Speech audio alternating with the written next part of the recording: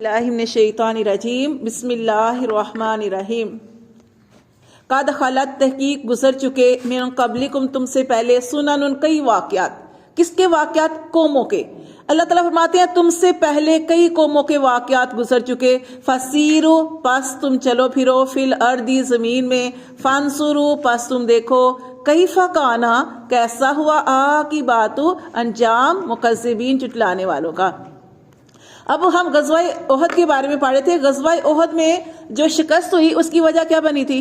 مال کے پیچھے لاگے صحابہ کرام اور اپنی جگہ چھوڑ دی اور مال غنیمت کو سمیٹنے میں لگ گئے.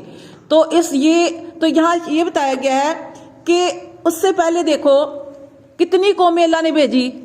قرآن مجید میں اللہ نے ان کے واقعات جو ہے وہ بیان کیے.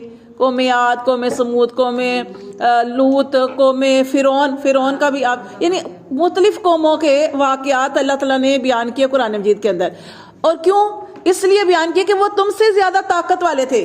ہم تو کچھ بھی نہیں ہے، نہ ہمارے اندر اس طرح کی طاقت ہے. وہ تو طاقت والے تھے، وہ تو مال و دولت والے تھے، وہ تو شان و شوکت والے تھے، سارا کچھ تھا ان کے اندر. لیکن ان کا زوال کیسے ہوا؟ کہ انہوں نے اللہ کی نہیں مانی، اللہ کے رسول کی نہیں مانی. اللہ کو وہ بھی مانتے تھے، اللہ کو ہم بھی مانتے ہیں، ہم بھی اللہ کو مانتے ہیں، اللہ کی نہیں مانتے. تو یہ سب سے زیادہ فرق ہے. یہی ہماری ہلاکت کا جو سبب جو چیز بنتی ہے یہی ہے کہ ہم اللہ کی نہیں مانتے. اب کتنی چیزیں ہمیں پتہ ہے، کتنی چیزیں نا ہمیں پتہ ہے، ہم عمل نہیں نہ کرتے. تو وہ لوگ بھی ایسے ہی تھے. تباہی کا ذریعہ کیا بنا؟ کہ ان کا اللہ کی نہ ماننا.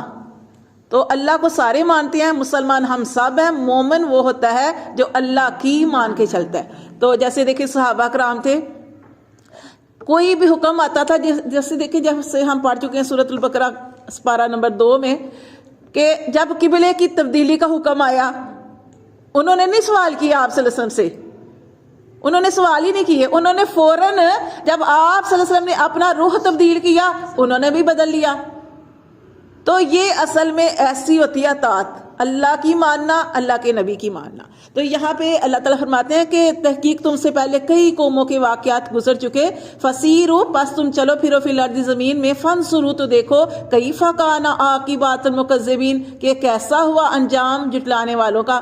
کہ آپ صلی اللہ علیہ وسلم صحابہ کرام کے ساتھ جا رہے تھے نا، قوم سمود کی بستی رستے میں آتی ہے، تو آپ صلی اللہ علیہ وآلہ وسلم نے فرمایا یہاں سے تیز گزرو، یہ وہ بستی ہے یہاں پہ اللہ کا عذاب واقع ہو چکا ہے. اور آپ صلی اللہ علیہ وسلم روتے ہوئے گزرے تھے.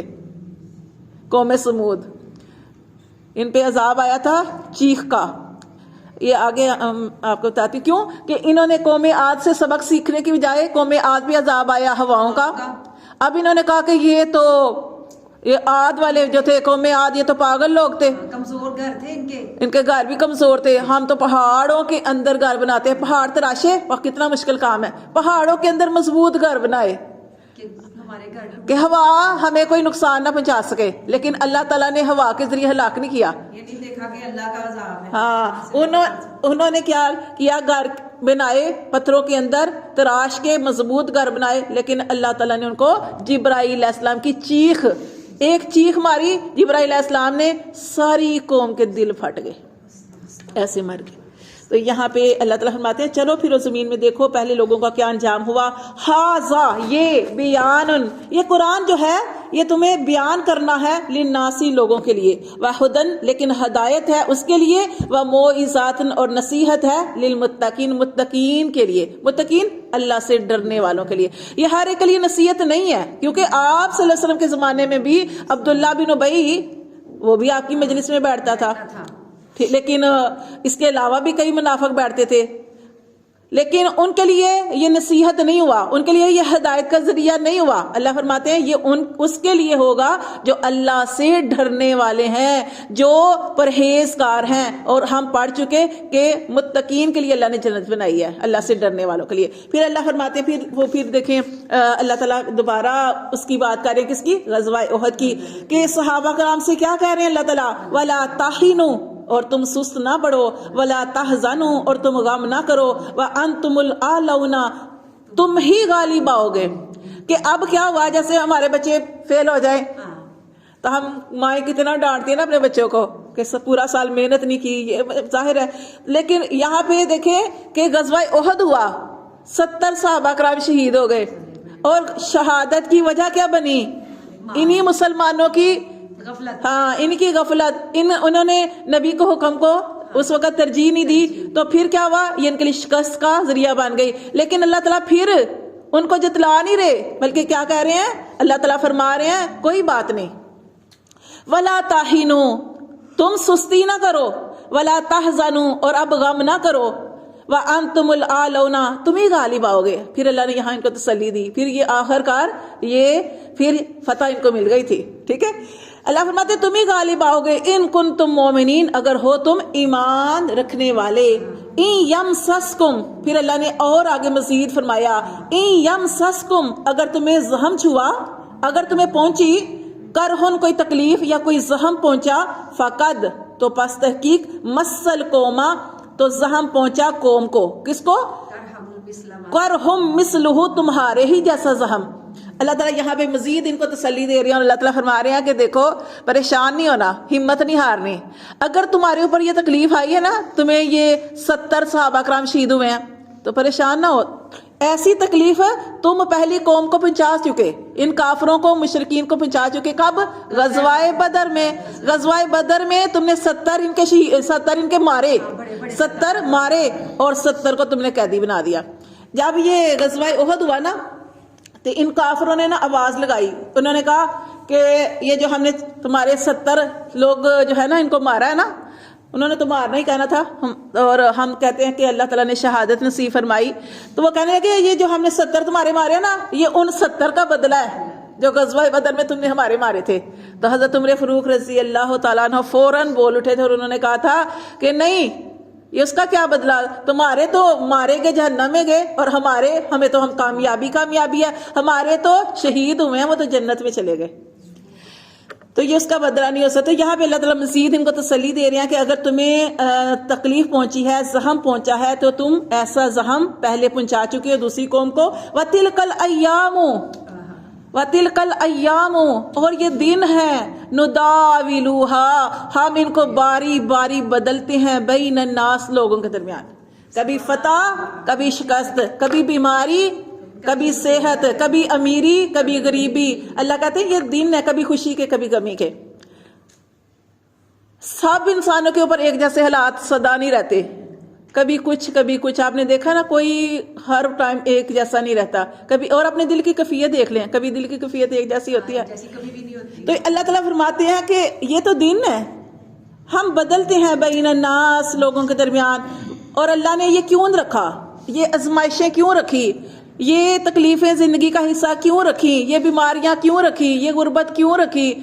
اللہ فرماتے ہیں وَلِيَعْلَمَ اللَّهُ الَّذِينَ آمَنُوا، اور اللہ نے یہ غزوے کی بات کی کہ یہ کیوں ہوا، تاکہ اللہ پہچان کروا دے. وَلِيَعْلَمَ، اس کا مطلب ہے کہ اللہ جان لے، لیکن اللہ تو جاننے والا ہے. تو یہاں پہ ہم پڑھیں گے تاکہ اللہ پہچان کروا دے ان لوگوں کی، آمنو، جو پکے ایمان والے ہیں. جو پکے ایمان والے ہیں، یہ آزمائشیں، تکلیفیں ان کے اوپر آئی، انہوں نے صبر کیا، شکر کیا، ثابت قدم رہے، یا پھر وہ ڈگمگا گئے. اللہ فرماتے ہیں تاکہ اللہ پہچان کروا دے ان لوگوں کی جو ایمان لائے. وَيَتَّخِذَ مِنْكُمْ شُهَدَاءَ، اور اللہ نے یہ اس لیے غزوے کیے، اس لیے جہاد جنگ رکھی، تاکہ وہ بنائے تم میں شہداء، شہید بنا دے. اور شہادت جو ہے یہ بہت بڑا رتبہ ہے جس کو مل جائے، شہید جو ہے. اللہ فرماتے ہیں واللہ، کیونکہ شہیدوں سے پوچھے گا نا اللہ تمہاری کوئی خواہش ہے، وہ کہیں گے اللہ ہم دنیا میں جائیں اور لوگوں کے جا کے بتائیں کہ جو شہید ہوتے ہیں ان کا کتنا اللہ نے درجہ رکھا ہے. تو اللہ تعالیٰ فرمائیں گے کہ یہ تو اللہ کی طرف سے طے ہو چکا کہ جو دنیا سے چلا گیا وہ واپس نہیں آ سکتا. ہاں تمہارا پیغام آگے پہنچا دوں گا. اللہ فرماتے ہیں اللہ نے اس لیے کیا تاکہ وہ بنائے تمہیں شہید. واللہ، اور اللہ لا یحب الظالمین، اللہ ظالموں کو پسند نہیں کرتا. ولیمحص اللہ الذین، اور تاکہ اللہ پاک کر دے ان لوگوں کو، آمنوا، جو ایمان لائے، ویمحق الکافرین، اور اللہ مٹا دے کافروں کو. ام حسبتم، کیا تم سمجھتے ہو، ان تدخلوا الجنت، کہ تم داخل ہو جاؤ گے جنت میں ایسے ہی. تمہارے اوپر کوئی حالات بھی نہیں آئیں گے اور تم سیدھے سیدھے جنت میں چلے جاؤ گے، ایسے نہیں ہو سکتا۔ پہلے لوگوں کے اوپر سخت حالات آئے، حضرت بلال رضی اللہ تعالیٰ عنہ کے اوپر کیسے سخت حالات آئے کہ صرف ایک اللہ کہنے کی وجہ سے، اسلام قبول کرنے کی وجہ سے ان کو تکلیفیں دینے والے تھک جاتے تھے، لیکن ابو جہل امیہ تھک جاتے تھے، لیکن وہ نہیں تھکتے تھے۔ کون؟ حضرت بلال نہیں تھکتے تھے۔ وہ کہتے تھے بس یہ کہنا چھوڑ دو اللہ ایک ہے، وہ کہتے نہیں میں نہیں چھوڑوں گا یہ کہنا۔ کہتے ہیں جیسے کوئی برتن بنانے والا برتن جب بناتا ہے تو اس مٹی کے برتن کو بجا کے دیکھتا ہے کچا ہے کہ پکا ہے، ایسے میرا رب مجھے دیکھ رہا ہے کہ بلال محبت میں کچا ہے کہ پکا ہے۔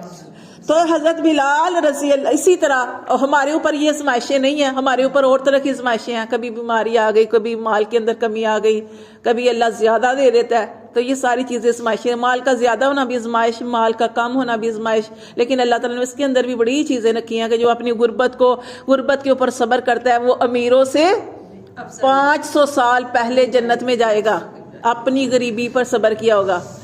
اور پھر جو امیر ہیں ان کے اوپر بھی اللہ نے فرمایا کہ تمہارے مالوں میں حصہ ہے۔